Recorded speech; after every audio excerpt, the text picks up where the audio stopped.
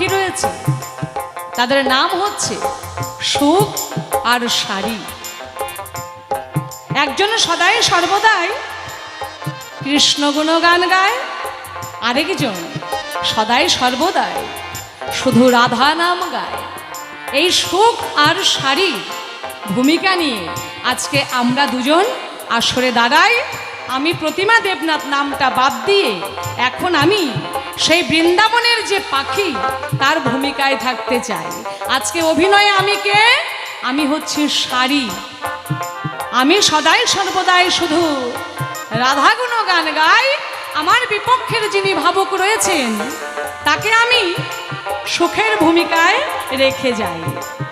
সে হচ্ছে আজকে সদাই সর্বদাই কৃষ্ণ গুণগান গায়, সদাই সর্বদাই কৃষ্ণ নাম করে প্রকাশ করলাম এই সভার মাঝে। তাই আমি আজকে সারি হয়ে দুই একটি কথা এই সভাতে আমি করব জিজ্ঞাসন, সুন্দর করে জবাব দিবে আমার মনেরই মতন।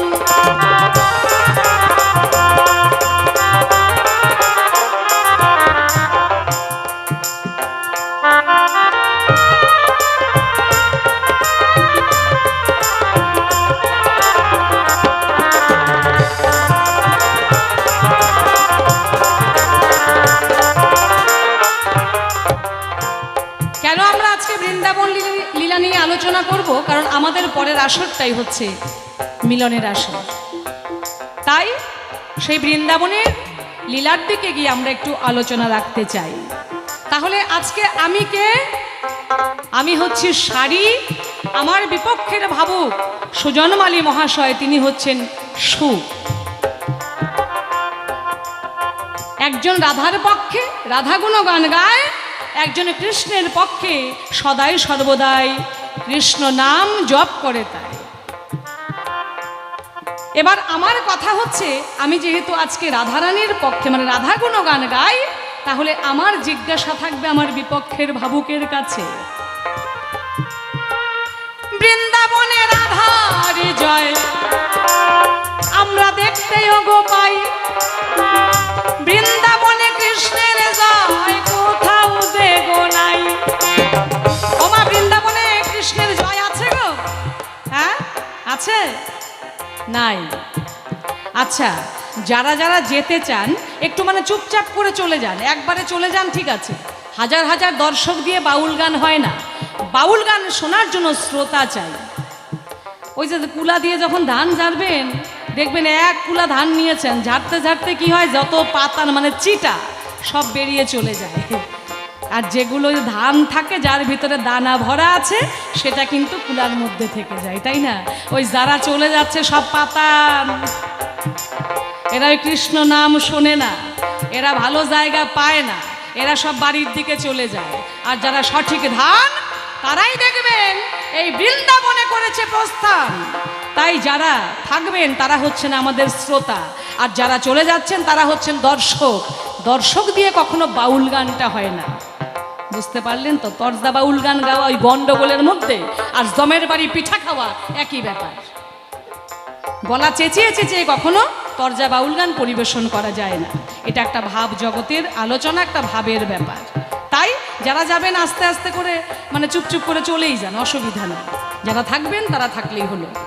আচ্ছা, তাহলে বৃন্দাবনে সদাই সর্বদাই আমরা কি দেখতে পাই? রাধারই জয়, রাধারই গুণগান গায়, তাই না? ও মা, তাই তো? আচ্ছা, বৃন্দাবনে কারা কারা গেছেন? বৃন্দাবনে কারা গেছেন? একটু হাত তুলবেন।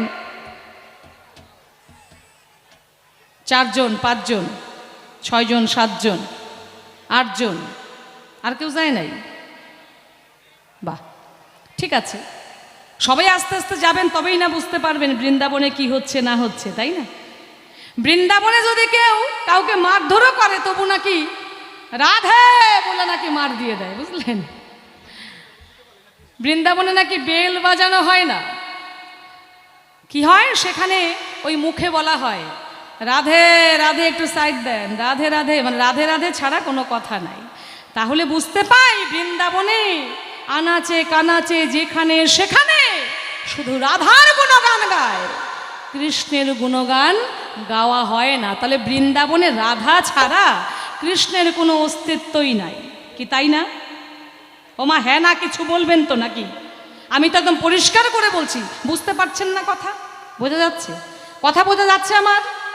আমি কিন্তু জড়িয়ে জারিয়ে কথা বলতে পারি না, যা বলি একদম পরিষ্কার, চেষ্টা করি পরিষ্কার বলতে, যাতে আমার ভক্তরা ঠিকভাবে বুঝতে পারে, কথাটা শুনতে পারে। যার জন্য হাবড়া জাবড়া করে কিন্তু আমি কথা বলার চেষ্টা করি না। তাহলে বৃন্দাবনে আনাচে কানাচে, বৃন্দাবনের ধূলিকণা পর্যন্ত সদাই সর্বদাই শুধু রাধা গুণগান গায়। তাহলে বোঝা যায় বৃন্দাবনে কোথাও কৃষ্ণের জয় নাই, কৃষ্ণের নাম নাই, কৃষ্ণ গুণগান নাই, কৃষ্ণের তাহলে কোনো অস্তিত্বই নাই। কেন রে সুখ, তোর কাছে আমি জানতে চাই, বৃন্দাবনে কেন কৃষ্ণের কোথাও স্থান নাই? তার কারণটা কি আমি জানতে চাই। এইটাই আমার প্রথম প্রশ্ন, আমি রেখে গেলাম তাই। দ্বিতীয় প্রশ্নের দিকে একটু যেতেও গোচাই।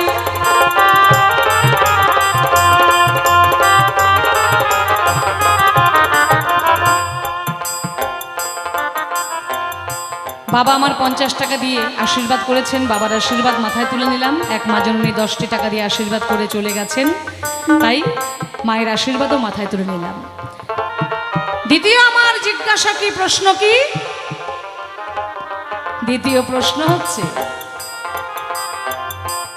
আমরা সব সময় বলে থাকি রাধা কৃষ্ণ প্রেমানন্দে হরি হরি বল, হরি বল, হরি বল,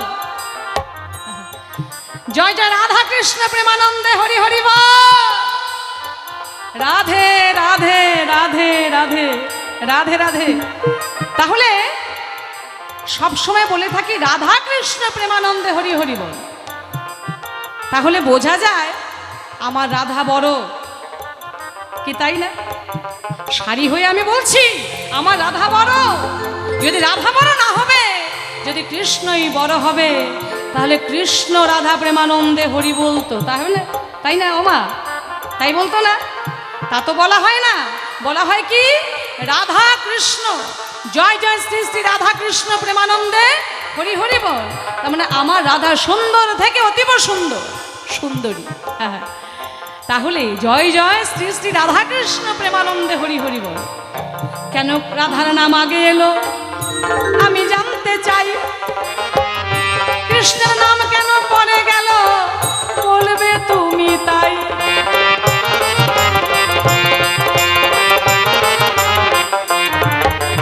যদি কৃষ্ণ বড় হবে তাহলে কৃষ্ণের নাম সকলেই আগে লবে, কিন্তু তা নিচ্ছে না। তাহলে বোঝা গেল আমার রাধাই বড়। তাই বলি সুখ, ওই ঝগড়াঝাটি করে লাভ নাই। আমার যে রাধা বড় সেটা একটু মন থেকে মেনে নেওয়া চাই। কি কারণে রাধা নাম সকলে এই জগতে আগে নেয়, তার কি কারণ? কৃষ্ণ নাম কেন পড়ে একটু করবে বর্ণন। এই পর্যন্ত প্রথমবারে আমার রইল আয়োজন, সুন্দর করে জবাব দিবে সুখ মনেরই মতন।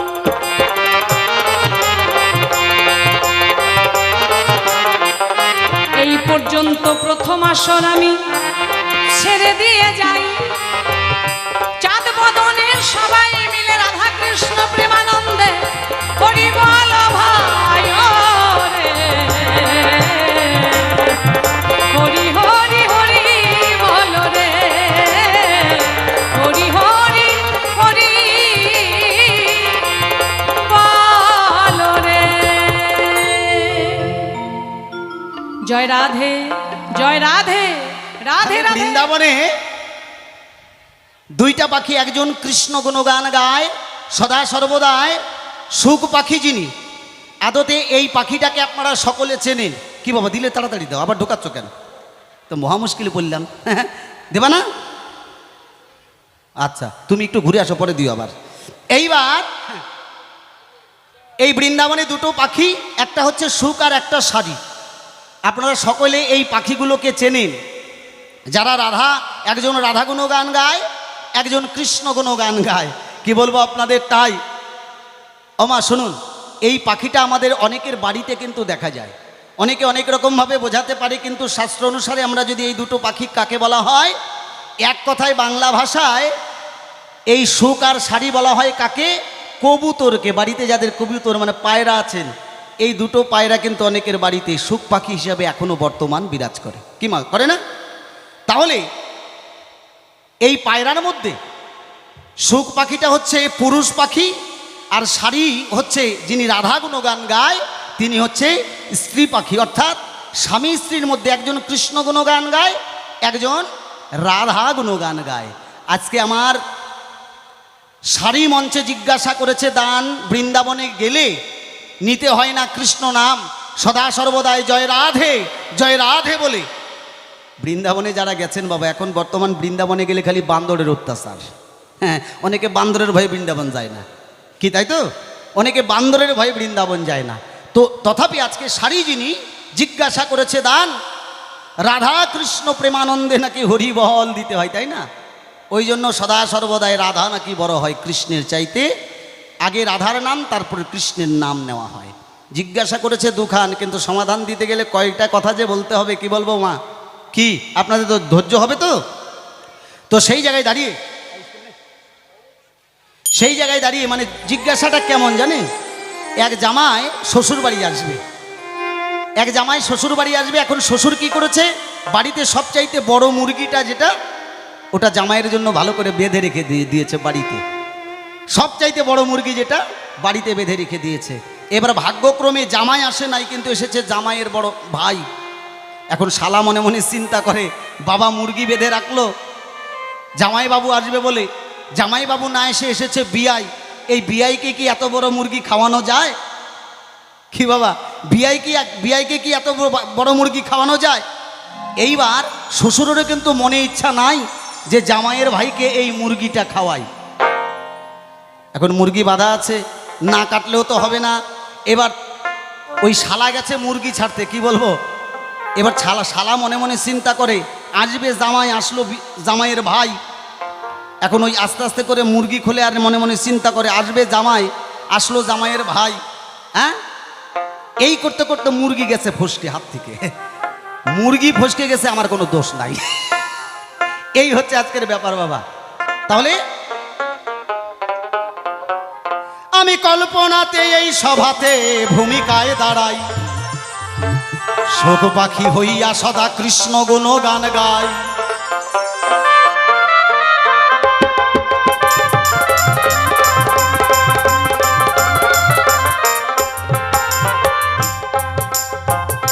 তুমি সঠিক জায়গায় জিজ্ঞাসা করেছ, তুমি আমার কথা লবা, সুন্দর করে সভা মাঝে তুমি জবাব নিয়া যাবা। তুমি বলেছো তোমার রাধা বড়। আচ্ছা মা, আপনারা একটু চিন্তা করুন, রাধা যদি বড় হবে, এই যে ভাদ্র মাসের অমাবস্যা, এই অমাবস্যার যে অষ্টমী তিথি, এই ভাদ্র মাসের যে অমাবস্যা অষ্টমী তিথি, তার আগের যে অষ্টমী, কি বলবো আপনাদের ঠাই, সেই সময় কিন্তু কৃষ্ণের জন্মাষ্টমী আমরা পালন করি, তাই না? এই জন্মাষ্টমী পালন করতে কি লাগে? হ্যাঁ, একটা ছোট্ট কৃষ্ণের ছবি দিয়ে বাসুদেব মাথায় করে নিয়ে যাচ্ছে, আমরা কৃষ্ণের জন্মাষ্টমী ব্রত পালন করছি, পুজো করছি, তাই না? আচ্ছা, সেখানে কি কি রাধা আছে বাবা? হ্যাঁ, রাধা আছে। সদা কিন্তু কৃষ্ণর পূজা হয়। তার কিছুদিন পরে যখন আসে রাধা অষ্টমী, কি বলবো আপনাদের ঠাই, রাধা যদি বড় হয়। আচ্ছা, রাধা অষ্টমী যখন আসে, এই জায়গায় একটা কথা আপনাদের বোঝাই, সেই রাধা অষ্টমীর সময় রাধা কৃষ্ণ দুইজনের পূজা করতে হয়, কি মা, তাই না? তাহলে কৃষ্ণের জন্মাষ্টমী যখন হয়, কৃষ্ণের শুধুমাত্র পূজা করতে হয়। আর রাধার যখন জন্মাষ্টমী হয়, রাধা কৃষ্ণ দুইটা বিগ্রহ নিয়ে সবাই মিলে পুজো করে। আমার বাড়িতেও রাধা অষ্টমীতে অনুষ্ঠান হয়, বংশেরিতে আমার বাড়ি। তাই তো এই জায়গায় শোনো সারি, তোমার কাছে বলিবারে চাই, আমার কৃষ্ণের পূজা একা হয়, কিন্তু রাধা দুইজন, রাধা কৃষ্ণ দুইজন বটে রয়।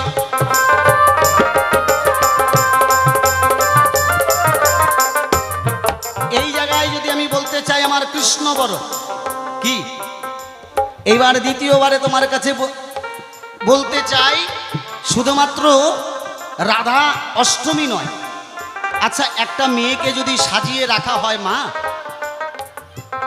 আপনারা কেউ কি বলতে পারবেন এটা রাধারানী না মন্দাকিনী? হ্যাঁ, শুধুমাত্র একটা বিগ্রহ যদি বানিয়ে রাখা যায়, তাহলে আপনারা কেউ চিনতে পারবেন এটা রাধারানী না মন্দাকিনী হয়?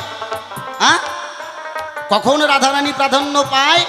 যখন কৃষ্ণ গিয়ে দাঁড়ায় রাধার পাশে, শোনো আমার কথা লবে, সেই সময় রাধারানীকে কিন্তু প্রকৃত চেনা যাবে।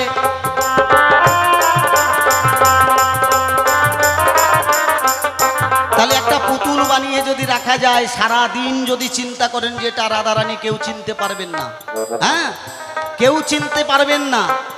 এইবার সেখানে গিয়ে যদি কৃষ্ণ গিয়ে দাঁড়ায়, তাহলেই চেনা যায় যে এটা রাধারানী। শোনো সারি, বেশি কথা বলো না, সঠিক যুক্তি দিয়ে তুমি সমাধান দাও এ ধর্মসভায়। জয় জয় নিতাই গৌর সীতানাথ প্রেমানন্দে, হরিবল হরিবল।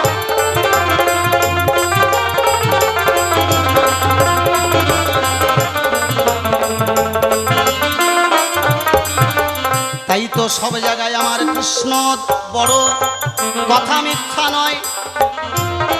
শোনো শোনো ও রাধারানী, আমি তোমারে জানাই,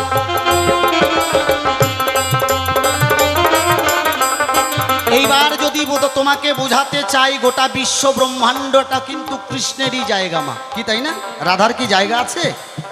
তুমি বললে বৃন্দাবনে গেলে নিতে হয় রাধার নাম, এরও তত্ত্ব তোমাকে ভালো করে বোঝাবো। শোনো, তাহলে গোটা বিশ্ব ব্রহ্মাণ্ডটা যত বড়, এই গোটা বিশ্ব ব্রহ্মাণ্ডে সমস্ত জায়গা কিন্তু কৃষ্ণের, সমস্ত জায়গা কৃষ্ণের। রাধার বৃন্দাবনে জায়গা কোনটা? ওমা, বৃন্দাবনে রাধার বাড়ি কোন জায়গায় জানেন? বর্ষণা নামে একটা গ্রাম। রাধা তুমি আমার কথা লবে, ওই বর্ষণা গ্রাম শুধু রাধা রানীর জবাব নিয়া যাবে।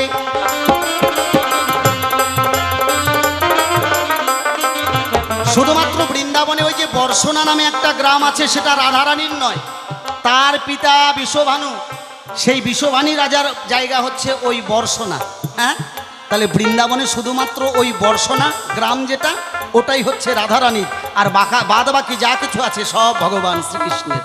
হ্যাঁ, এইবার বৃন্দাবনটা সৃষ্টি কোথায় তোমার কাছে বলতে চাই। শোনো, কেদার রাজার কন্যা ছিল বৃন্দা দেবী নাম। ওই বৃন্দা দেবী সদা সর্বদাই পিতার সঙ্গে, কেদার রাজার সঙ্গে, যখন কেদার রাজা ছিল মাতৃভক্ত, যখন মায়ের পুজো করে, সেই সময়ে ওই মায়ের কাছে গিয়ে পৃথিবীতে কেদার রাজা ডেকে ডেকে বলে, একমাত্র মায়ের চরণে ফুল দিলেও আমার গোবিন্দের চরণে সেই ফুল অর্পণ হইয়া যায়। তাহলে পৃথিবীতে একমাত্র কৃষ্ণ ভগবান, যিনি সর্বকারণের কারণম, তিনি।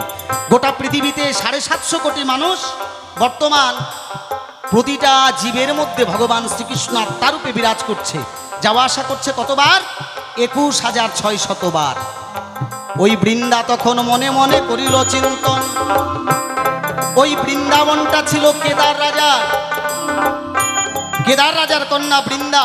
বৃন্দা দেবী মনে মনে চিন্তা করল, সেখানে গিয়ে আমি শুধুমাত্র আমার প্রভুর গুণগান গাইব, প্রভুর উপাসনা করব। ওই বৃন্দাবন 84 কোষ বৃন্দাবন। আমা, এখন তো বর্তমান কিলোমিটার হয়ে গেছে, আগে কিন্তু মাইল ক্রস ছিল। 2 কিলোমিটারে 1 কোষ হয়, এই কথা আপনাদের ভালো করে জানাই। এইবার 84 কোষ বৃন্দাবন হয়। ওই বৃন্দাবনে বৃন্দা দেবী সদা সর্বদাই গোবিন্দের আরাধনা করতেন। একদিন জম্বুদ্বীপের রাজা ধর্মরাজ কি কর্ম করিল, রথ নিয়ে সেই বৃন্দাবনের উপর দিয়ে উড়িয়া যে যাইল।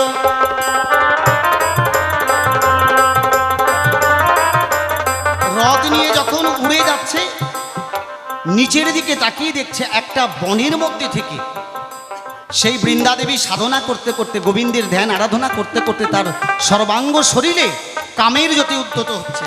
যখনই এই জ্যোতি লক্ষ্য করলো ধর্মরাজ সঙ্গে সঙ্গে রথ থামালেন সেই 84 কোষ বৃন্দাবনে গিয়ে। যখন বৃন্দাবনে রথ থামালেন, ধর্মরাজ ডেকে ডেকে বলছে, আচ্ছা তুমি কে? এই বনের মধ্যে তুমি বসে ধ্যান করছো, আচ্ছা বলো তুমি কে? তুমি কি মানবী না দানবী? সঙ্গে সঙ্গে বৃন্দাদূতি ডেকে ডেকে বলল, আমি মানবী, আমি দানবী নয়, আমি মানবী, আমি কেদার রাজার কন্যা। এবার ধর্মরাজ ওই কেদার রাজার কন্যাকে ডেকে ডেকে বলল, তাহলে তুমি আমাকে বিবাহ করো। কেদার রাজা কন্যা বৃন্দাদূতি মনে মনে চিন্তা করলো, যেই ফুল একবার গোবিন্দের চরণে অর্পণ হইয়া যায়, সেই ফুল কি দেওয়া যায় কোনো দেবতার পায়? জয় জয় নিতাই গৌর সীতানাথ প্রেমানন্দে হরিবল হরিবল। যখন ধর্মরাজ জোরপূর্বক তাকে বিবাহের কথা জানাতে যায়, সঙ্গে সঙ্গে বৃন্দাদূতি অভিশাপ করলো, হে ধর্মরাজ, আজকে তুমি যা কর্ম করেছো, তোমাকে আমি অভিশাপ করলাম, আজ থেকে তোমার ধর্ম ক্ষয় হতে শুরু হবে। সঙ্গে সঙ্গে গোবিন্দ দর্শন দিল, ডেকে ডেকে বলল, বৃন্দা দেবী, হে বৃন্দা, তুমি যে ধর্মরাজকে অভিশাপ করলে, তুমি তোমার অভিশাপ থেকে ফিরিয়ে নাও, তোমার অভিশাপটাকে ফিরিয়ে নাও। বৃন্দা দেবী ডেকে ডেকে বলল, আমি যা অভিশাপ করেছি তা তো ফিরিয়ে নেওয়া যাবে না। তখন গোবিন্দ তার একটা বিধান বলে দিল, আগত কলির যুগে হবে ধর্ম ক্ষয়, আগত কলির যুগে এই ধর্ম ক্ষয় হবে, কিন্তু যারা ধর্মকে আশ্রয় নেবে, ধর্মের বাতি আস্তে আস্তে করে জ্বলবে। তাই তো কলিযুগে আমরা নাম কীর্তন শুনছি, হরিনাম শুনছি, এখানেও অধর্ম আছে বাবা, ধর্ম ক্ষয় হচ্ছে, কিন্তু এর মধ্যে যারা নিষ্ঠাভাবে গোবিন্দের শরণাপন্ন হচ্ছে, তারা একমাত্র সঠিক লক্ষ্যে তারা পৌঁছাচ্ছে। এই তো ছিল কেদার রাজার ঘটনা, তোমারে জানাই। তখন বর দিয়েছিল যে প্রভু তুমি আমাকে এই বর দাও, এই জায়গাতে যেন শত শত ঋষি মণি ঋষিরা এসে, শত শত ঋষি মণি ঋষিরা এসে এই জায়গায় যেন সকলে মিলে এই জায়গায় আসলে যেন মোক্ষ প্রাপ্তি হয়। বৃন্দাবনের উদ্দেশ্যে কেউ যদি রাস্তায় গিয়েও প্রাণ ত্যাগ করে, সে নাকি গোলক ধামে বিরাজ করে, আমার কথা নয়, রয়েছে শাস্ত্রের পাতায়। তাই গোবিন্দের অনুসারে 33 কোটি দেবতারা বৃন্দাবনের লতা পাতা হয়ে জন্মগ্রহণ করলেন। আর দেখবেন যারা বৃন্দাবনে গেছেন, ওই বৃন্দাবনের প্রতিটা লতা পাতা মাটির দিকে ঝুঁকে আছে। এখনো বৃন্দাবনে সেই লতা পাতা, বৃন্দাবনে নিধুবনে এখনো রাত্রিবেলা সেই লতা পাতাও সবাই কৃষ্ণ নামে নাচে। এটা আমার কথা নয়, শাস্ত্রীয় প্রমাণ।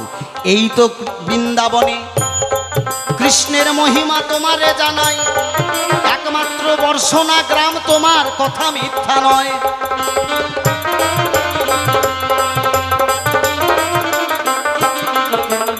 আস্তে, মায়েদের ধৈর্য থাকছে না, না কি গান গাবো? গান গাবো? হ্যাঁ ঠিক আছে, আচ্ছা এখানে গান আগে গাই, তারপরে ওনার কাছে কিছু বলতে চাই। কারণ যেহেতু উনি আজকে শাড়ির ভূমিকায় দাঁড়িয়েছে, আর আমি সুখ হয়ে কৃষ্ণের যতক্ষণ পারবো কৃষ্ণকে বড় করে যাবো, আর উনি শাড়ি হয়ে যতক্ষণ রাধার গুণগান গাইবে আপনারা শুনবেন। তাই গেয়ে শোনাচ্ছি একখানা গান, কি বলছে গানের ভাষায়। জানি না তুমি এখন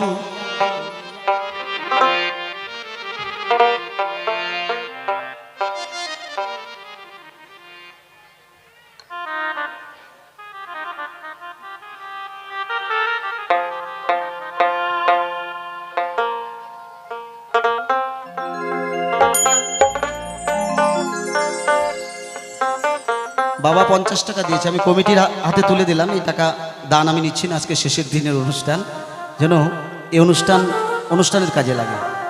50 টাকা দিয়েছেন দান, আর জিজ্ঞাসা করেছে, আমার 3টা ছেলে, আমি যদি মারা যাই ছেলেরা মাথা মুন্ডন করে, কিন্তু মেয়েরা কেন করে না? হ্যাঁ, এ তো মহা মুশকিলের ব্যাপার, মেয়েরা কেন করে না?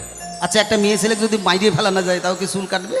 হ্যাঁ আচ্ছা আপনারা বলেন, একবার সঠিকভাবে যুক্তি দেই, একটা মেয়ে ছেলেকে যদি মাইরেও ফেলা যায়, চুল কাটবে মা? তাহলে এক আলোচনার মধ্যে আর এক আলোচনা তুলে ধরেছে, জিজ্ঞাসা করেছে দান। এইবার আগে এখানে গানটা গাই, তারপর যাচ্ছি গানের ভূমিকায়। তোমার ভালোবাসার স্মৃতি, তোমার ভালোবাসার স্মৃতি জেগে আছে মোর অন্তরে। আমি কৃষ্ণের পক্ষে হয়ে গানটা গাইছি। জানি না তুমি এখন কেমন আছো পরের ঘরে, জানি না তুমি এখন কেমন আছো পরের ঘরে। তোমার ভালোবাসার স্মৃতি, তোমার ভালোবাসার স্মৃতি জেগে আছে মোর অন্তরে। জানি না তুমি এখন কেমন আছো পরের ঘরে, জানি না তুমি এখন কেমন আছো পরের ঘরে।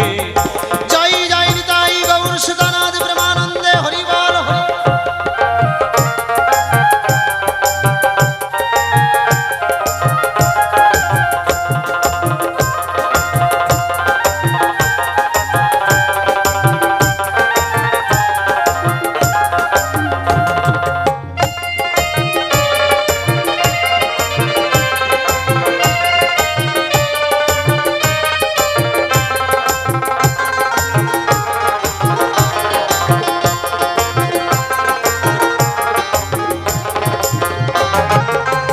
দেখেছি প্রথম যেদিন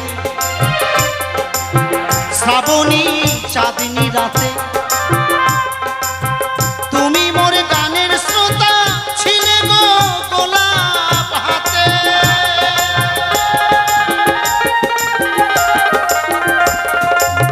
আজকে শাড়ির উদ্দেশ্যে আমার গান। হ্যাঁ, তুমি তো বোঝো না কৃষ্ণ তত্ত্ব।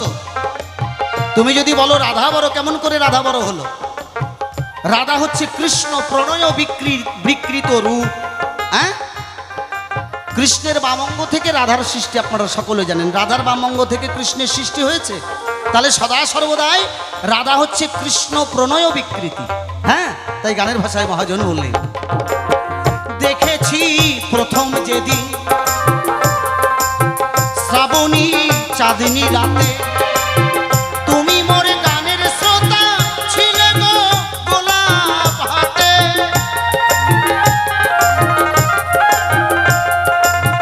কি দারুণ আখি পাতে,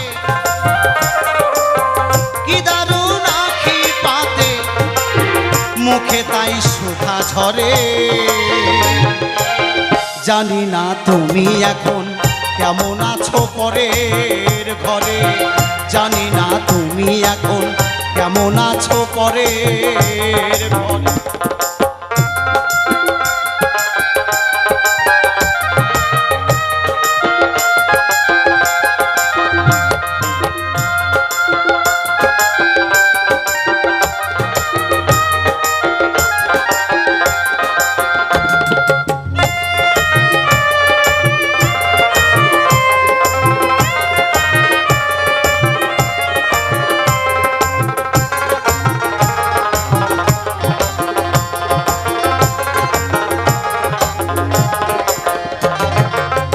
ছিল সাজ ছিল আশা, দুজনে বাঁধবো বাসা, কেন যে এমন হলো এলো ঝড় সর্বনাশা।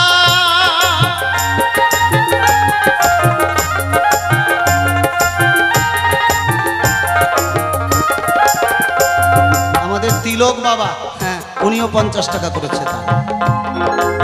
তিলক বাবা উনিও 50 টাকা দান করেছে। এই দান আমি গোবিন্দের চরণে অর্পণ করলাম। তাই গানের ভাষায় বললেন, ছিল সাধ ছিল আশা, দুজনে বাঁধবো বাসা, কেন যে এমন হলো এলো ঝড় সর্বনাশা।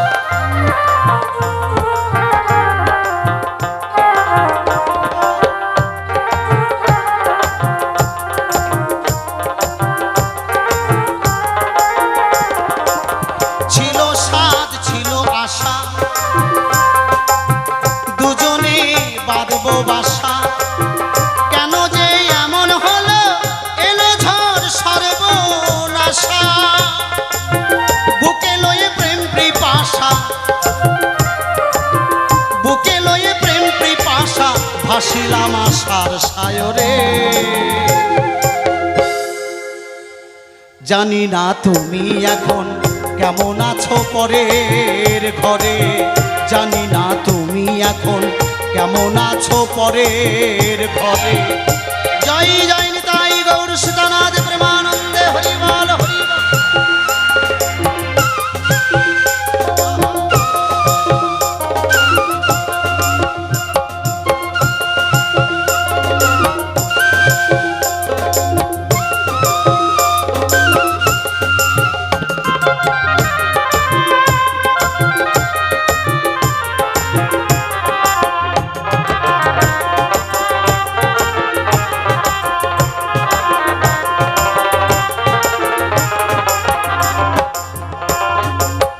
মরমে সয়ে গেলাম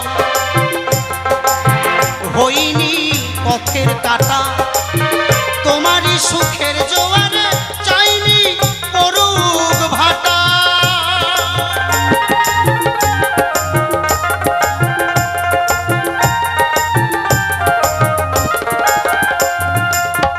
এই যে হচ্ছে কৃষ্ণ প্রেম।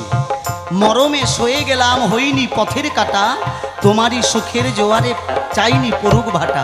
বর্তমান প্রেম আর রাধাকৃষ্ণের যে প্রেম, আজকে যে আলোচনা শুনুন সুখ সারি দ্বন্দ্ব কি বলছে গানের ভাষা। মরমে সয়ে গেলাম হইনি পথের কাটা, তোমারই সুখের জোয়ারে চাইনি পড়ুক ভাটা। পথিক দাসের অবুঝ মনটা, পথিক দাসের অবুঝ মনটা আজও তাই কেঁদে মরে। শোনো শোনো ওগো সারি তোমারে জানাই, রাধা কৃষ্ণ রাধা কিন্তু কৃষ্ণ বলে কেঁদেছিল, শাস্ত্রে প্রমাণ পায়। তাহলে সদা সর্বদাই রাধা কৃষ্ণ কৃষ্ণ বলে কাঁদে কি মা, তাই না? কৃষ্ণ কোনোদিন রাধা রাধা বলে কেঁদেছিল? আপনারাই বলুন, বলেছিল? কেঁদেছিল কি? কৃষ্ণকে পাওয়ার জন্য রাধারানী সদা সর্বদাই কৃষ্ণ কৃষ্ণ বলে দুই নয়নের জলে ভাসে। হ্যাঁ, বৃক্ষলতাকে জড়িয়ে ধরে, কোথায় আমার কৃষ্ণ। তাই শুধুমাত্র তোমার বৃন্দাবনে অতটুক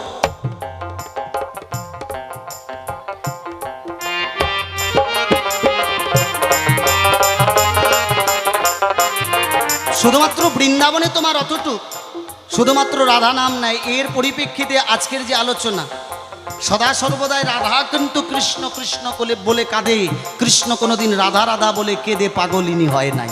এই যে তোমার কাছে যুক্তি দিয়ে বুঝিয়ে গেলাম, তুমি যদি বোঝার হয় ভালো করে বুঝবে। এইবার রাধা কৃষ্ণ দুইজন আপনাদের জানাই, আয়ান ঘরণী হলো রাধা রানী, সারি তোমায় বলে যাই।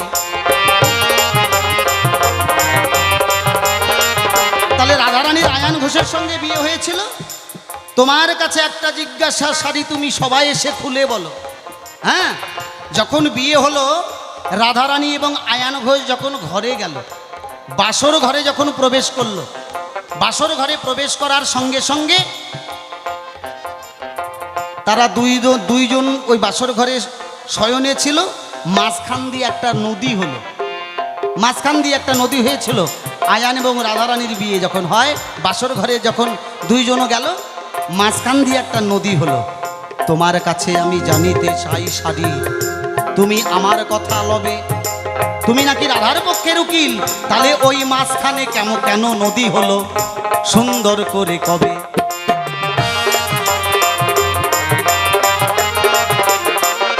ওই নদীটা কোন নদী গো, ওগো সারি আমি তোমার কাছে জানিবারে চাই, সুন্দর করে জবাব দেবে দ্বন্দ্ব মোহনায়। তাহলে নদী কেন হলো ওই আয়ান ঘোষ আর রাধারানীর মাঝখানে? একটা জিজ্ঞাসা আর একটা জিজ্ঞাসা। একদিন কৃষ্ণ বসে আছে কদমের গাছে, গাছের গোড়ায় বসে আছে। ইতিমধ্যে রাধারানী ডেকে ডেকে বলছে, কৃষ্ণ আমি আর তোমার সঙ্গে কাল থেকে আসবো না, তোমার সঙ্গে দেখা করতে আসবো না। বলছে কেন? শাশুড়ি ননদিরা আমায় কলঙ্কিনী কয়, সকলে আমাকে কলঙ্কিনী কয়। ও কৃষ্ণ কাল থেকে আর তোমার সঙ্গে আমার দেখা হবে না, আমি আর আসবো না। বলছে রাধারানী তোমাকে কলঙ্কিনী বলছে, আমি তোমার কলঙ্কিনী নাম ঘুচিয়ে দেব। তুমি আমাকে বিশ্বাস করো, ভরসা করো। পরের দিন ভগবান শ্রীকৃষ্ণের গায়ে এলো মায়া জ্বর। পরের দিন ভগবান কৃষ্ণের গায়ে আসলো মায়া জ্বর। এবার আগেকার দিনে তো ডাক্তার ছিল না, কবিরাজ যখন ডেকে নিয়ে আসলো, কবিরাজ ডেকে ডেকে বলল যদি কোনো সতী নারী সহস্র সিদ্ধ কলসি নিয়ে যমুনার থেকে জল নিয়ে এসে তাকে খাওয়ায়, তাহলে কৃষ্ণের জ্বর ভালো হবে। ওমা, ভালো করে শুনবেন আপনারা। এইবার সহস্র সিদ্ধ কলসি নিয়ে কেউ জল আনতে পারে? তাহলে বললো তাহলে মা যাবে। তখন কবিরাজ বলল মা গেলে হবে না, মা ছাড়া যত গোপিনী আছে, যত বৃন্দাবনে রমণী আছে, যে সতী নারী হবে সে নাকি ওই সহস্র সিদ্ধ কলসি দিয়ে জল নিয়ে আসবে। রাধারানীকে সতী করার লক্ষ্যে ভগবান শ্রীকৃষ্ণ কি করছে শুনুন। এইবার তোমার কাছে আমার জিজ্ঞাসা, শোনো। প্রথমে জটিলা কুটিলা গেল জল আনিবার। আচ্ছা মা, যখনই ওই কলসি ডোবায় সহস্র সিদ্ধ ওই কলসির মধ্যে দিক করে আর জল আনা যায়, সঙ্গে সঙ্গে সমস্ত জল পড়ে গেল। কুটিলা যখন গেল, যখনই ওই কলসি ডুবালো, ওঠানোর সঙ্গে সঙ্গে সমস্ত জল পড়ে গেল। হ্যাঁ, সকলে ফিরে আসলো, একজনও কেউ সহস্র সিদ্ধ কলসিতে জল নিয়ে আসতে পারলো না। ওমা, শেষে কবিরাজ ডেকে ডেকে বলল আর একজন আছে বৃন্দাবনে, সেটাকে তোমার ঘরের ঘরণী রাধারানী, আয়ান ঘরণী রাধারানী, সে যদি চেষ্টা করে আনতে পারে। এইবার রাধারানী যখন যায় জল আনতে, ভগবান শ্রীকৃষ্ণ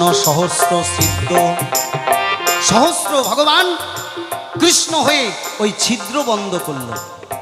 হ্যাঁ, তখন রাধারানী জল আনলো, আর রাধারানীর কলঙ্কিনী নাম কৃষ্ণ কিন্তু ঘোচালো। আমার এই জায়গায় জিজ্ঞাসা, এবার জটিলা কুটিলা মনে মনে চিন্তা করছে এ কি করে সম্ভব, আমরা যেটা পারলাম না, হয়তো রাধারানী কাদা দিয়ে মনে হয় সেদা বন্ধ করছে। হ্যাঁ, কাদা দিয়ে মনে হয় সেদা বন্ধ করছে, জটিলা বলছে। এবার কুটিলা বলছে না না, আমি তো সম্মুখেই ছিলাম, কাদা দিয়ে ছেদা বন্ধ করে নাই। হ্যাঁ, ছেদা দিয়ে কাদা বন্ধ করছে। আচ্ছা, ছেদা দিয়ে আবার কাদা বন্ধ হয়? এই জায়গায় তোমার কাছে আমার রইল জিজ্ঞাসন। শোনো শোনো সারি, তুমি করবে বিশ্লেষণ।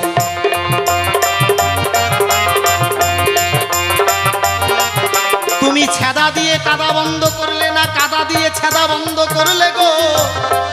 রাধারানী বলিবে আমায় সুন্দর করে তত্ত্ব কথা বোঝাই দিবে তাই। তাহলে এই দুইটা জিজ্ঞাসায় থাকতি মা, তাই না? রাত্রি বেশি হচ্ছে, বেশি কথা বললে আবার ভালো লাগবে না। থাক, আরে বেশি কথা বলবো না, এইখানেতে ছেড়ে দিলাম আমার কবির কল্পনা। এরপরে সারি দেখো আসরে আসিয়া সুন্দরভাবে তত্ত্ব কথা দেবেন বোঝাইয়া। আমি এইখানেতে করলাম কান্ত রাধাকান্ত শরী। চাঁদ বদনে সবাই মিলে জয় জয় নিতাই গৌর সীতানাথ প্রেমানন্দে বলো হরি হরি হরি বল হরি বল। ওই যে যেই বাবা প্রশ্ন করেছিল দান উঠে এসেছে। আচ্ছা, তোমার বুঝতে পারছি, তাই আমার যা যা জিজ্ঞাসা ছিল সুন্দর করে সমাধান দিয়ে গেল, বাকি একদম রাখে নাই, কিন্তু খোঁচা দিয়ে কথা বলে গেছে। আমার রাধা যদি বড় হবে, তাহলে কৃষ্ণের জন্মাষ্টমীর সময় রাধা তাহলে কোথায়? রাধা কোথায় রবে? রাধা তো নাই। কিন্তু রাধা অষ্টমী যখন তিথি আমরা পালন করি, তখন আমরা কি করি? যুগল মূর্তির পুজো করে থাকি, সেই তিথি পালন করে থাকি। তাই বলেছে না? ও মা, তাই বলেছে তো নাকি? ভুলে গেছেন? তো ব্যাপার হচ্ছে কি জানেন, যেটা বলবো, আমি যেটা বলবো সেটাকেই আমি কার্যকারী করব, কেমন? তাই কালিদাস যে পণ্ডিত ছিলেন, যে নবরত্ন সভা ছিল, সেই সভাতে পণ্ডিতগণ বসে থাকতেন, নানান তারা শ্লোক রচনা করতেন। তো লিখতে লিখতে একদিন কালিদাস পণ্ডিত লিখেছেন, কপালে ভিজিয়া গেল নয়নের জলে। আচ্ছা, উনি কি ভাষণ দিচ্ছেন নাকি?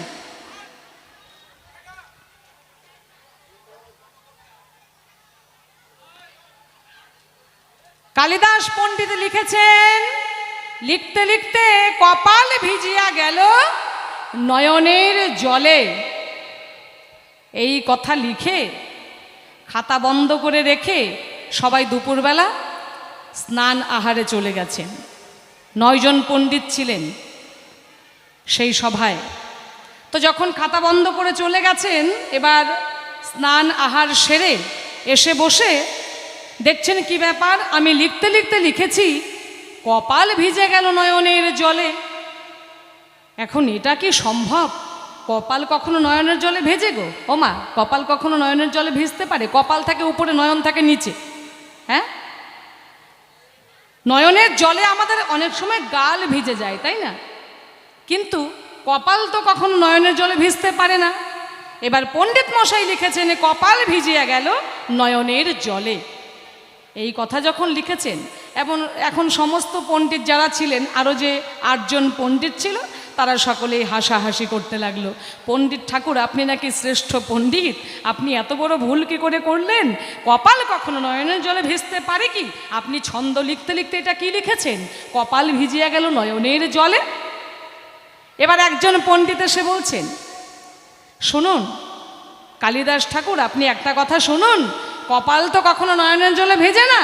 আপনি একটা কাজ করেন, এই কপালের জায়গায় আকারটা কেটে দিন, ওটা কপল লিখে দিন। অনেক সময় কপল মানে হচ্ছে এই চিবুক বা গাল। এই গাল কখনো আমাদের চিবুকটা নয়নের জলে ভিজে যায়, আপনি ওটা লিখে দেন, তাহলেই ঠিক আছে, আর কিছু করতে হবে না। এখন পণ্ডিত মশাই বলছেন, কালিদাস পণ্ডিত বলছেন, হ্যাঁ আমি যে শ্রেষ্ঠ পণ্ডিত এটা বিচার হবে কি করে?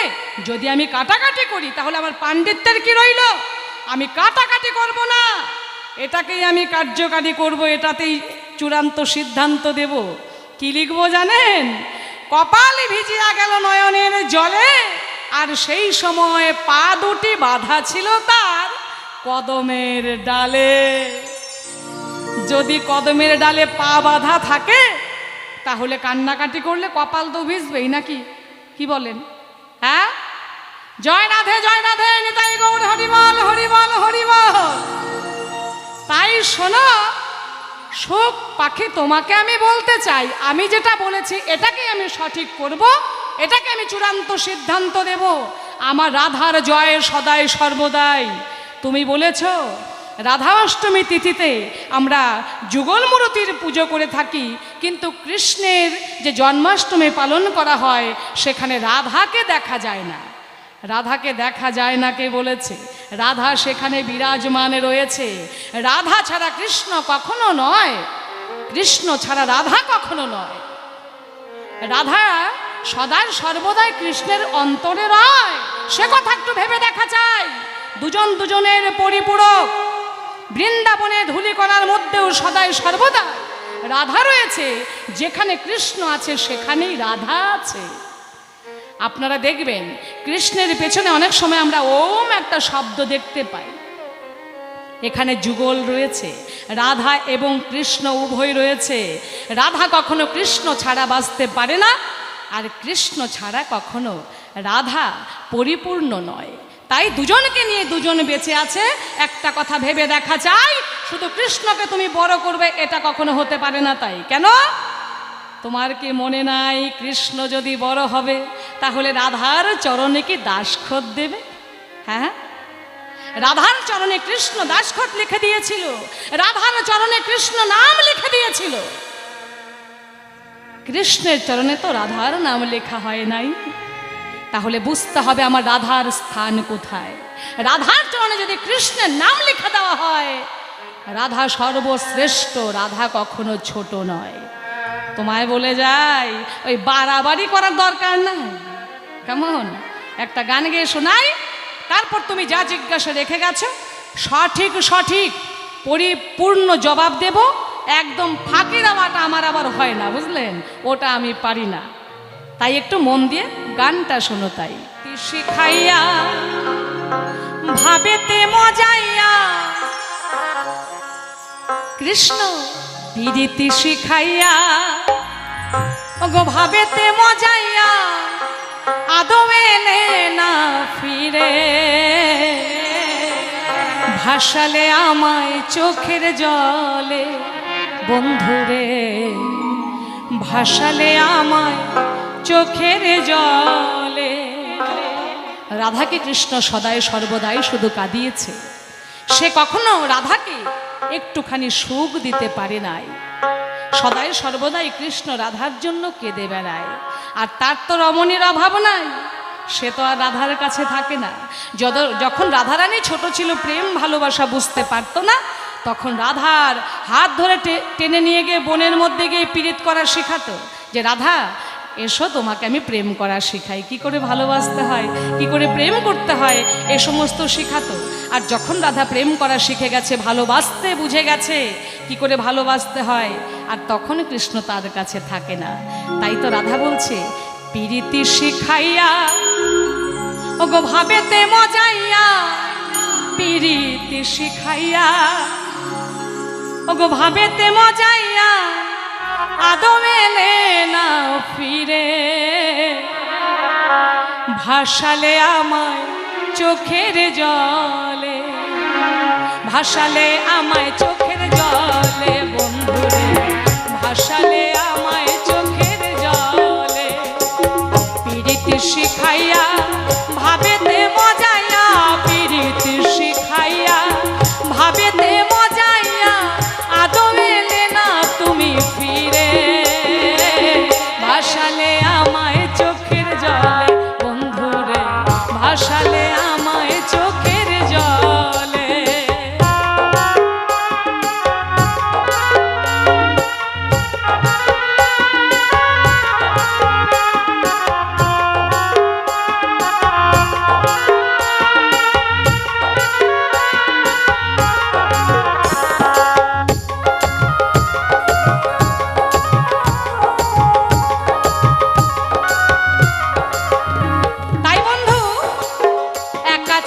ছিলাম ভালো, ছিল না তো জ্বালা, তোমার লাগে অন্তর গো হইল আমার কালা।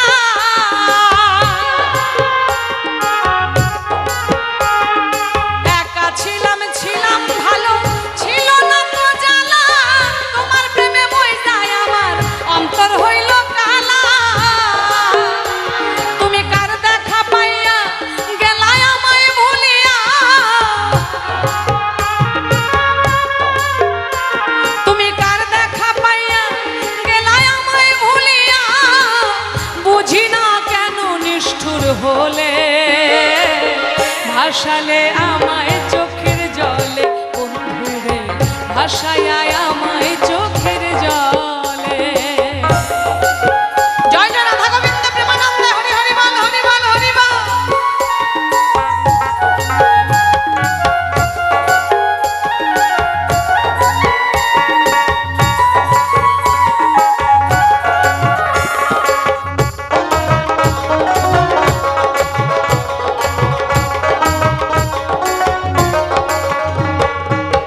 নদীর ধারে ঘুরতে গিয়ে শপথ করেছিলে, ভুলিবে না মোরে বন্ধু এ জীবন গেলে।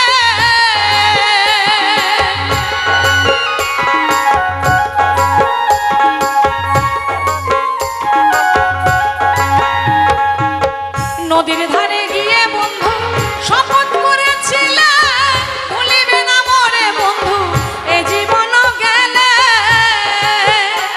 আমি কোনখানে যাব গেলে তোমারে পাবো,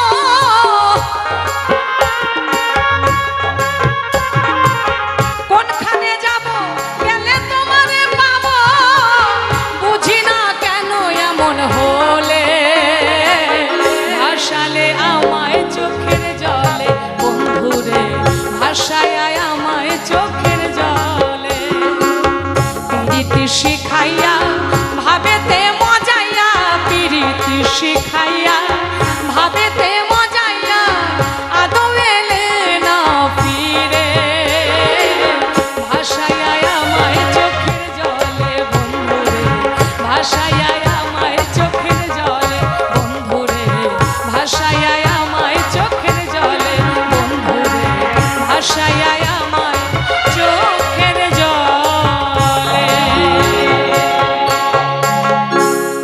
তোমার কাছে বলে গেছে শনিবারে পাই, ধরে ধরে জবাব দিব আমি, বাকি রাখিব না তাই।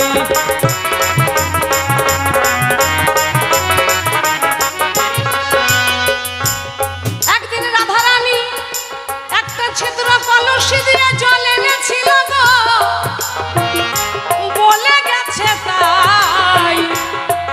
এই এত ছিদ্র কলসিতে কি করে জল নিয়ে এলো রাধারানী, বলবো এই সভায়।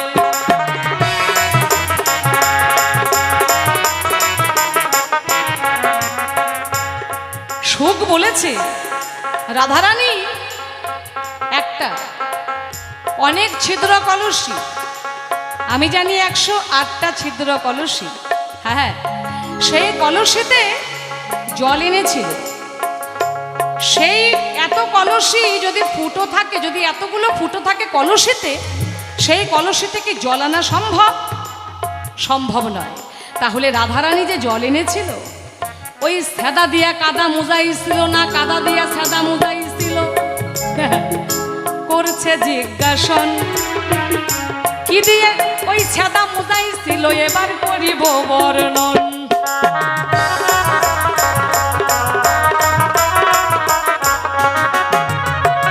রাধারানী কি ওই কাদা দিয়ে ছেদা বন্ধ করেছে না ছেদা দিয়ে কাদা বন্ধ করেছে? আরেকটা জানি কি জিজ্ঞাসা রেখেছিল, ওমা একটু মনে করেন তো, আমি তো ভুলে গেলাম। আরেকটা জানি কি জিজ্ঞাসা করে গেছে, আমার মনে নাই। আপনারা একটু মনে করে দেবেন, যদি মনে করিয়ে দেন তাহলে জবাব দেব, আর না মনে করিয়ে দিলে আমি আর জবাবটা দিতে পারছি না, একদমই মনে নাই, ভুলে গেছি। আস্তে আস্তে, হ্যাঁ ও আচ্ছা আচ্ছা, একদম মা আমার মন দিয়ে গান শুনছে। আমার তো মনে ছিল, আমি ইচ্ছা করেই বলেছি যে আমার মনে নাই। সত্যি তাই, আমি দেখলাম এই মা একদম মন দিয়ে গান শুনছে, আর সবাই শুনছেন কিন্তু মাঝে মাঝে হারিয়ে যাচ্ছেন কোথায় যেন। ঠিক আছে, কোনো অসুবিধা নাই। আমার সুখ প্রশ্ন করেছে, শাড়ি তোমার কাছে জানতে চাই কি, যেদিন রাধারানীর আয়ান ঘোষের সঙ্গে বিয়ে হলো, সেই রাধারানী আর আয়ান ঘোষ যখন শয্যায় ছিল, সেই মাঝখান থেকে দুজনের মাঝখান থেকে একটা নদী হয়ে গেল। সেই মাঝখান থেকে ভাগ হয়ে দুজন দুই ধারে চলে গেল, মাঝখানে নদী হয়ে থাকলো। এই নদীটা কোথা থেকে এলো, এই নদীটা কে ছিল, কেন সেই ফুলশয্যার রাতেই নদীটাকে আয়ান আর রাধারানীর মাঝখানে আসতে হলো? খুব সুন্দর জিজ্ঞাসা করে গেছে, আমি সাববাসী জানাই। এরকম এরকম জিজ্ঞাসা করলে জবাব দেওয়ার মজা চলে আসে, সভায় বলে যায়।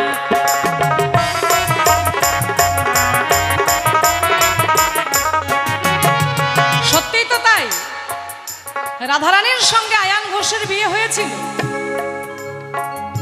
তাহলে সেই আয়ান ঘোষ রাধারানী ফুলশয্যার রাতে শুয়ে আছে, অথচ দুজন দুই ধারে ভাগ হয়ে চলে গেল, মাঝখানে নদী হয়ে গেল। হঠাৎ করে এই নদী কোথায় থেকে উদয় হলো, এটা জানার বিষয়।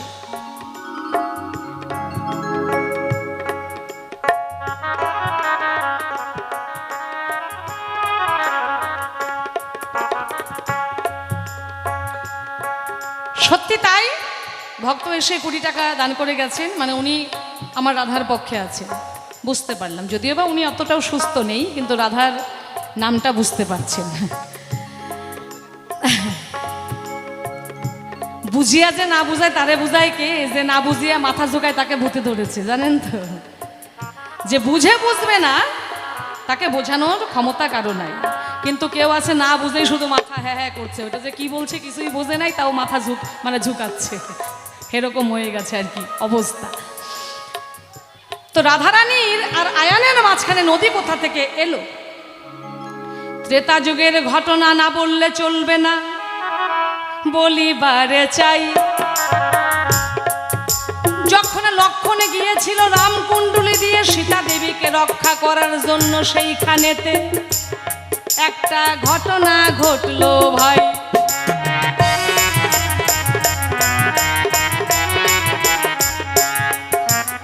মা জানকীর কথা রক্ষা করবার জন্য যখন লক্ষণ ওই সীতা দেবীকে রক্ষা করার জন্য রামকুণ্ডলী দিয়ে গিয়েছিল, তখন বলেছিল, মা জানকী আপনি যেন কোনো কিছুর বিনিময়েই যেন এই রামকুণ্ডলী পার হয়ে যেন আপনি যান না, কারণ দাদা এখানে নেই, আমিও চলে যাচ্ছি দাদার খোঁজে, আপনি আমাকে যেতে বাধ্য করলেন, তাই আমি যেহেতু চলে যাচ্ছি, আপনাকে রক্ষা করার মতো এই জঙ্গলের মধ্যে, এই বনের মধ্যে কেউ থাকলো না, শুধু এই রামকুণ্ডলী আপনাকে রক্ষা করবে। আপনি যেন কোনো কিছুর বিনিময়ে এই রামকুণ্ডলী পার হয়ে না যান, যদি যান তাহলে যদি আপনার বিপদ হয়ে যায়, রক্ষা করার মতো কিন্তু কেউ নেই। ঠিক সেই সুযোগটাই কাজে লাগিয়েছিল কে? সেই রাবণ। রাবণ কি করেছে? বৈষ্ণবের বেশ ধরে ভিক্ষা চাইতে এসেছিল, আর সীতা দেবী সেই রামকুণ্ডলীর ভেতরে ছিল, থেকে বলছে, বৈষ্ণব ঠাকুর আমি আপনাকে ভিক্ষা দিতে পারছি না, এই রামকুণ্ডলী পার হয়ে আমি যেতেও পারবো না, আপনাকে ভিক্ষাও দিতে পারবো না। বলছে, বেশ, যদি তুমি ভিক্ষা না দাও তোমার স্বামীর যে অমঙ্গল হবে,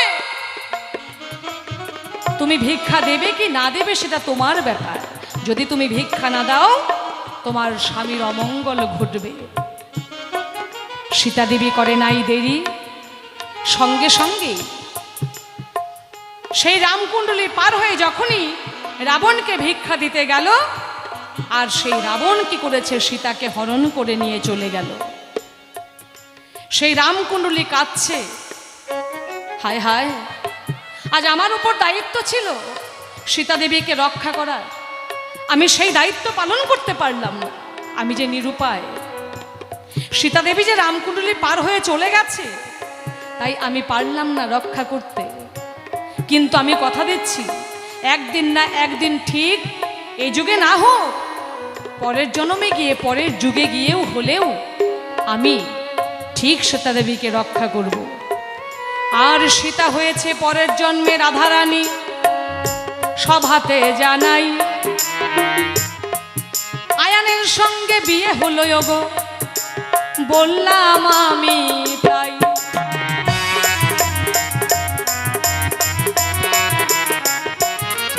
কেন আয়ানের সঙ্গে বিয়ে হচ্ছে সে কথা আপনাদের অনেকেরই জানা আছে, একটু দুই এক কথাই বলতে চাই। যখন রাবণ সীতাকে হরণ করে নিয়ে চলে যায়, সেই অশোক কাননে যখন রাখে, সেখানে রামের একটা মূর্তি তৈরি করে রামের পুজো করতে থাকে। যখন স্বয়ং রামচন্দ্র যখন সীতাকে উদ্ধার করে নিয়ে আসেন, সেই মূর্তি রাম সীতা দেবীর হাত টেনে ধরেছিল যে, সীতা তুমি আজ কোথায় চলে যাচ্ছ আমাকে ছেড়ে? হ্যাঁ, তুমি আমাকে নির্মাণ করেছো, আমাকে এত ভালোবাসা দিয়েছো, তুমি আমার, আমি তোমাকে ছেড়ে থাকতে পারবো না, তাই আমি তোমাকে কিছুতেই ওই রামের সঙ্গে যেতে দেব না, তুমি আমার কাছে থাকবে, আর যদি তুমি আমাকে ছেড়ে চলেই যাবে তাহলে আমার গতি কি হবে? তখন সীতা দেবী বলেছিলেন, এই যুগে নয় পরের যুগে তুমি আমাকে পাবে, তুমি আয়ান ঘোষ রূপে জন্মগ্রহণ করবে, তোমার ঘরে গিয়ে আমি থাকবো, কিন্তু আমার মনের কোনো ভালোবাসা তোমার সঙ্গে থাকবে না, তুমি আমার লোক দেখানো স্বামী থাকবে, আর আসল স্বামী আমার সেই অনাদিরাদি ভগবান শ্রীকৃষ্ণ থাকবে। তাই সেই আয়ানের সঙ্গে বিয়ে হলো, সেরকমভাবে বিয়ে হয়নি, এটাও একটা ঠকবাজি ছিল, মানে লোক দেখানো বিয়ে ছিল। বিয়ে স্বয়ং কৃষ্ণের সঙ্গে হয়েছিল, মালা বদলও কৃষ্ণের সঙ্গেই হলো। একটু সংক্ষিপ্ত আকারে বলছি, বিস্তারিত বলতে গেলে অনেক সময় লেগে যাবে। তাই সেই, আচ্ছা কি হলো, থাক না,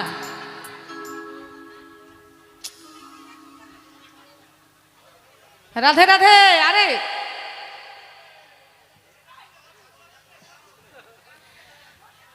তো সেই রামকুণ্ডলী কি হয়েছে, এবার আয়ান ঘোষ আর রাধারানী শুয়েছিল, সেই মাঝখানে সেই রামকুণ্ডলী নদী হয়ে এসে আয়ান ঘোষের হাত থেকে রাধারানীকে রক্ষা করেছিল।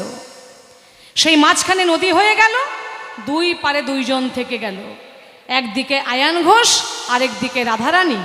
রাধারানীকে আয়ান ঘোষ স্পর্শও করতে পারেনি, তাকে ভালোবাসা জীবনে কোনোদিন রাধারানী দেয়নি, সে ভালোবাসার অধিকার পায়নি, তার ঘরণী হয়েছিল। এই কারণে শুধু ঘরকে রক্ষা করেছিল বলেই তার ঘরণী। এই তো তোমার ছিল জিজ্ঞাস, জবাব দিলাম উড়াইলাম মনের ইয়াস, আমি বাকি রাখি নাই। আর এক কথা বলে গেছো তুমি শুনিবারে পাই।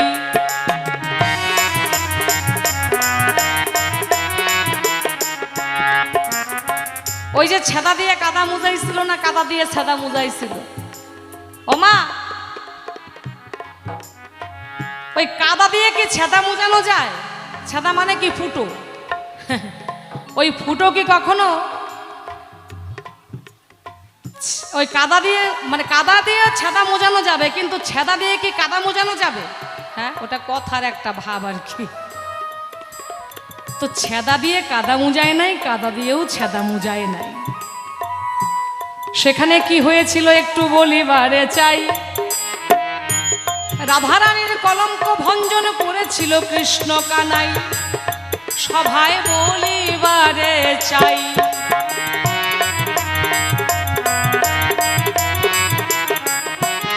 রাধাকে বৃন্দাবনের সকলেই কলঙ্কিনী বলেন। রাধারানী হচ্ছেন কলঙ্কিনী। রাধে রাধে, আমার মায়েরা সব আনমনস্ক হয়ে গেল। ওখানে কি নাটক শুরু হয়ে গেল নাকি?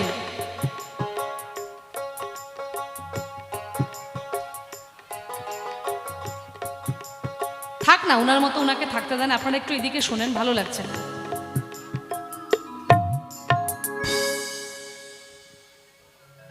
তো শ্রীকৃষ্ণ কি করেছে? রাধারানীর কলঙ্ক ভঞ্জন করবেন বলে ছলনার আশ্রয় নিয়েছেন। কৃষ্ণ এক অংশে ব্যাধিগ্রস্ত হয়েছেন, আর একাংশে কি করেছেন? তিনি বৈদ্য হয়ে এসেছেন। একাংশে ব্যাধিগ্রস্ত হলেন, তার ভীষণ শরীর খারাপ, সে ভীষণ অসুস্থ হয়ে গেছে, এমন ব্যাধি হয়েছে কৃষ্ণ বাঁচবে না এরকম একটা ভাব।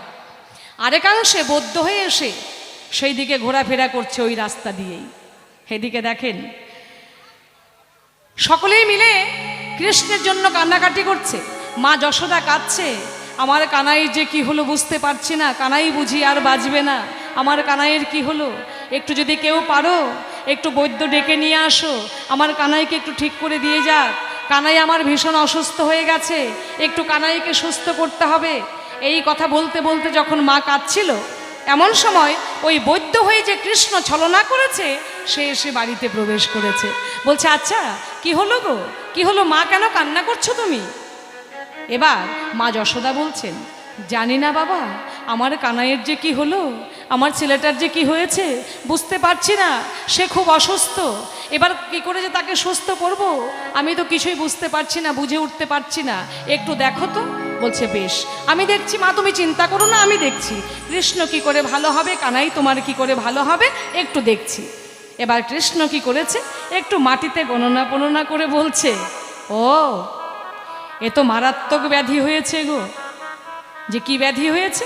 বলছে মারাত্মক ব্যাধি, এই ব্যাধি সুস্থ হবে একটাই শুধু ঔষধ আছে। কি? সতী নারী যে এই বৃন্দাবনে আছে, 108টা ছিদ্র কলসি একটা দেওয়া হবে, সেই কলসিতে যে জল এনে দিতে পারবে, সেই জল যদি কানাইকে খাওয়ানো যায় তাহলেই কানাই একমাত্র সুস্থ হতে পারে, এইটাই একমাত্র তার ঔষধ, তাছাড়া সে কিন্তু আর ভালো হবে না। 108টা ছিদ্র যদি থাকে একটা কলসিতে, তার কি কিছু বাকি থাকলো গো? সব দিকেই তো ছিদ্রতেই ভর্তি। হ্যাঁ, এবার মা বলছে 108টা ছিদ্র কলসি, এতে কি জল আনা সম্ভব? কানাই বলছে হ্যাঁ। বৈদ্য বলছে যাবে, জল আনা যাবে, যে সতী নারী হবে একমাত্র সেই জল আনতে পারবে। বেশ, তাহলে এবার বৃন্দাবনের সতী নারীকে সমস্ত রমণীগণ সেখানে চলে এসেছে কৃষ্ণকে দেখতে। এবার মা যশোদা সকলের কাছে গিয়ে করজোর করে বলছে, তোমরা যেই বৃন্দাবনের সতী আছো একটু জল এনে দাও না আমার কানাইকে। আবার মা যদি এনে দেয় তাহলে আবার হবে না, মা এনে দিলে মায়ের হাতে জল খেলে হবে না, একটু ভেবে দেখা চাই, মানে এখানে কেমন একটা ব্যাপার রয়েছে। ওই যে রাধারানীর যে কলঙ্ক ভঞ্জন করতে হবে, কৃষ্ণের উদ্দেশ্য তো সেটাই। এবার মা যশোদা গিয়ে বলছে, আচ্ছা বৃন্দাবনে না সতী বলে জটিলা আর কুটিলা, কি তাই না? মা জটিলা আর রাধারানী ননদিনী কুটিলা এরা সর্বদাই বলে ওই কেলেছোড়ার প্রেমিক রাধারানী পাগলিনী ওই বনে বনে ঘুরে বেড়ায়, যার চরিত্রের ঠিক নাই, সে কলঙ্কিনী রাই। আর আমরা মা মেয়ে এই বৃন্দাবনে শুধু আমরা সতী নারী। এবার মা যশোদা এই সুযোগে গিয়ে বলছে, জটিলা কুটিলা তোমরা না বৃন্দাবনের সতী নারী, একটু যাও না গো, এই কলসিটা নিয়ে গিয়ে একটু জল এনে দাও না আমার কানাইকে, যদি আমার কানাই ভালো হয়ে যায়, একটু দাও না তোমরা একটু জল এনে। মা কান্নাকাটি করছে। এই কথা যখন বলেছে, এবার জটিলা কুটিলার মন 1.5 টাকা 5 টাকা করতে শুরু করে দিছে। হায়রে সর্বনাশ, যদি 1 ফোঁটা জল গড়িয়ে ফুটো দিয়ে পড়ে যায় তাহলে মান সম্মান তো শেষ শেষ, আমরা অসতী বলে প্রমাণিত হয়ে যাব। কোনো দরকার নাই। এই জটিলা কুটিলা দুইজন কি করছে জানেন? এ মার মেয়ে ওই দুজনে টিপাটিপি করছে, ইশারা করছে, চলো চলো চলো ভাগো এখান থেকে, আর থাকার দরকার নাই। এবার সকলেই বলছে, কে জল এনে দেবে? সতী বলে কেউ নিজেকে বড়াই করে এখন আর জল আনতে পারছে না, কেউ সাহস পাচ্ছে না। এবার মা যশোদা বলছে, বৈদ্যমশাই অন্য কি কোনো উপায় আছে? এখানে যে কে সতী আমরা তো বুঝতে পারছি না, কেউ তো যায় না জল আনতে। বলছে, বেশ শোনো, আবার ওই গণনা করে বলছে, যার নামের প্রথমে রা রয়েছে, বৈষ্ণব রায়ের আকার রয়েছে যার নামের প্রথম অক্ষরে, একমাত্র সেই জল আনতে পারবে। আচ্ছা, রা নামে বৃন্দাবনে কে আছে? রা নামে কে আছে? সবাই ভাবছে, ভাবতে ভাবতে দেখছে রা নামে তো রাধাই আছে, আর তো কেউ নাই। বলছে, বাহ, রাধা নাকি সতী নারী, যেই পরপুরুষের প্রেমে হাবুডুবু খায়, দিন রাত ওই কৃষ্ণের বাঁশি শুনে বনে বনে ঘুরে বেড়ায়, আর সে নাকি সতী নারী। মা যশোদা করে নাই দেরি, রাধার কাছে ছুটে গেছে তাড়াতাড়ি। রাধারানী একটু তুমি জল এনে দাও, আমি জানি তুমি সতী, যে যাই বলুক না কেন তুমি ছাড়া আমার কানাইকে ভালো কেউ করতে পারবে না রাই, একটু তুমি জল এনে দাও। রাধারানী চোখের জলে বুক তার ভেসে যায়, আর প্রভুর কাছে কেঁদে কেঁদে কয়, হে প্রাণবন্ধু, তোমার জন্য এই জগতে আমি কতই না গঞ্জনা, কতই না কলঙ্ক সহ্য করি, যে যা পারে তাই বলে আমাকে ডাকে, সদাই সর্বদাই আমার ননদী শাশুড়ি কত আমায় গঞ্জনা দেয়, আমার কলঙ্কের কোনো শেষ নেই। আজ তুমি সকলের সামনে আরো আমাকে লজ্জিত করবে, আরো অপমানিত করবে। তুমি যদি মনে মনে এটাই চাও, যদি তাই তোমার পরীক্ষা হয়, ঠিক আছে কানাই, আমি সেটাই করতে রাজি আছি। তবু যদি তুমি একটু ভালো হয়ে যাও, তোমার জন্য আমি সব করতে পারি, আমার জীবনটুকু দিতে পারি। বন্ধু, তুমি যদি এটাই ঠিক করেছো, আজ তাই হবে। না হয় বৃন্দাবনবাসীরা আরো না হয় আমাকে কলঙ্ক দেবে, তা দিয়ে তাতেও কোনো আমার দুঃখ নেই। রাধারানীর সেই 108টা ছিদ্র কলসিটা হাতে নিয়ে চোখের জলে বুক ভাসিয়ে দিয়ে যমুনার কোলে গিয়ে দাঁড়িয়ে দাঁড়িয়ে বলছে, হে প্রাণবন্ধু, আমি জগতে কলঙ্কিনী, সকলেই আমাকে কতই না কি বলে, এই কলসিতে আমি জানি আমি জল ভরতে পারবো না, তবু তুমি এটাই চাও, বেশ,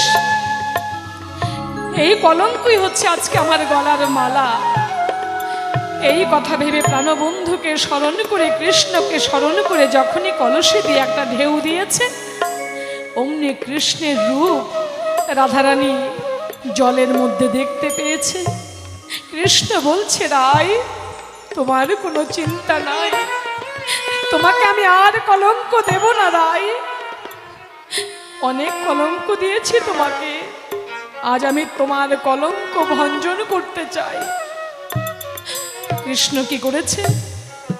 সঙ্গে সঙ্গে 108টা রূপ ধরে সেই ছিদ্রের মধ্যে বসে পড়েছে, আর রাধারানীর কলসিতে জল নিয়ে গিয়ে মা যশোদার কাছে যখন দিয়েছে, সেই জল যখন একটু কানাইয়ের মুখে দিল, কানাই সুস্থ হয়ে গেল। সেদিন থেকে রাধারানীর বৃন্দাবনে কলঙ্ক মুছে গেল, সেদিন থেকে রাধারানী কলঙ্ক ভঞ্জন হয়ে গেল। জয় জয় রাধা গোবিন্দ প্রেমানন্দে, হরি হরি বল, হরি বল, হরি বল, হরি বল।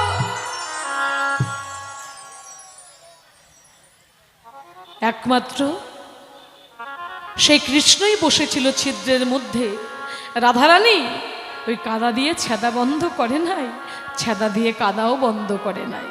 কৃষ্ণই বসেছিল ছিদ্রের মধ্যে, না হলে এতগুলো ছিদ্র কলসে দিয়ে কি জল নেওয়া সম্ভব? সম্ভব নয়। কৃষ্ণ যার সহায় থাকে তার কোনো কিছুর ভয় নেই। রাখে হরি মারে কে, মারে হরি রাখে কে? তাই তোমার কাছে বলতে চাই, সুখ শোনো দিয়া মন, আমার বৃন্দাবনের আধারি জয় দুইয়েছে সর্বক্ষণ।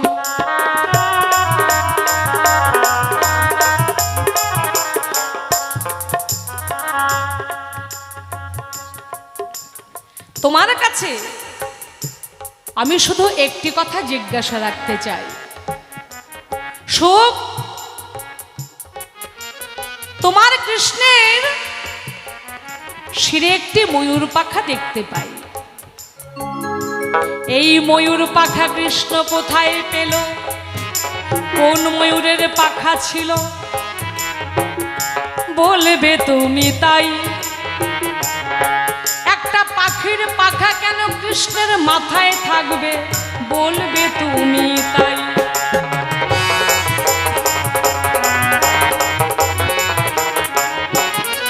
ওমা, কৃষ্ণের যদি মনে হলো যে একটা পাখির পাখা রাখতে হবে, পাখির কি এই জগতে অভাব ছিল?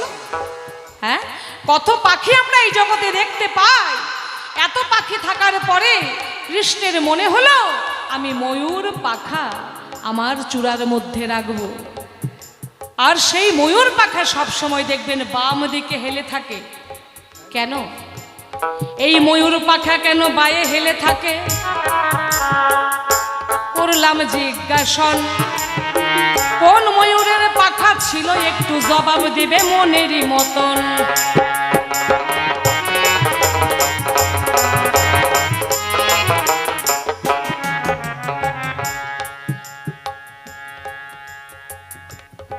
এটা কোন ময়ূরের পাখা ছিল? এই পাখাটা ময়ূরের শরীর থেকে যে ছিঁড়ে নিয়েছে, তার ব্যথা লাগে নাই, তার কষ্ট হয় নাই, তার রক্তপাত হয় নাই। এই পাখা কৃষ্ণ তুমি কোথায় পেলে? কোন ময়ূরের পাখা ছিল? ময়ূর পাখা কেন ওই শিরের মধ্যেই রাখতে হলো, চূড়ার মধ্যে রাখতে হলো? পাখা কেন বাম দিকে হেলে রইল? তোমার কাছে জিজ্ঞাসা রাখলাম। তাই ওই ময়ূর পাখার মধ্যে দেখবেন ভেতর দিকে খুব সুন্দর সুন্দর রং চিকচিক চিকচিক করে, তাই না? এতগুলো রঙই বা কেন হলো? তোমার কাছে জানার বাসনা রইল, বলবে তুমি তাই। খাটি খাটি পরিপাটি জবাব যেন পাই।